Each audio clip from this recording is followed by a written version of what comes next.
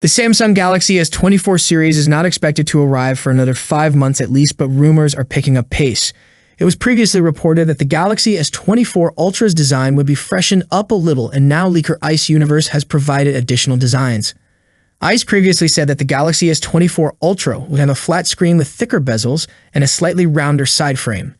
He also claimed that the display aspect ratio is going to change from 19.3 to 9 to 19.5 to 9, and that the phone would be a smidge shorter than the Galaxy S23 Ultra but wider and thinner. ICE also said that an increase of 3.42 millimeters in the size of the bezels would decrease the screen-to-body ratio to 88%, and that this would be the lowest screen-to-body ratio for a Samsung flagship since the Galaxy S10, which was released in 2019. ICE has now shared some more intel regarding the Galaxy S24 Ultra, as well as renders based on rumors.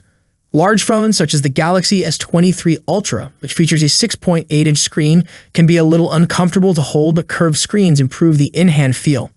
The Galaxy S24 Ultra is going to have the same size screen as its predecessor, but a flat screen and increased width could make it even harder to hold.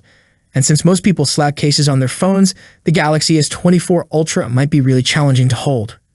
In several renders shared by ICE, the Galaxy S24 Ultra screen appears like a perfect rectangle, and its rounder frames make it look wider than it is. In contrast, a render of the iPhone 15 Ultra shows that Apple's phone will have a more manageable design. ICE has also cautioned users to avoid the black model, as it will apparently give an illusion of very thick bezels, especially when compared to top flagship phones from other companies such as Apple and Xiaomi.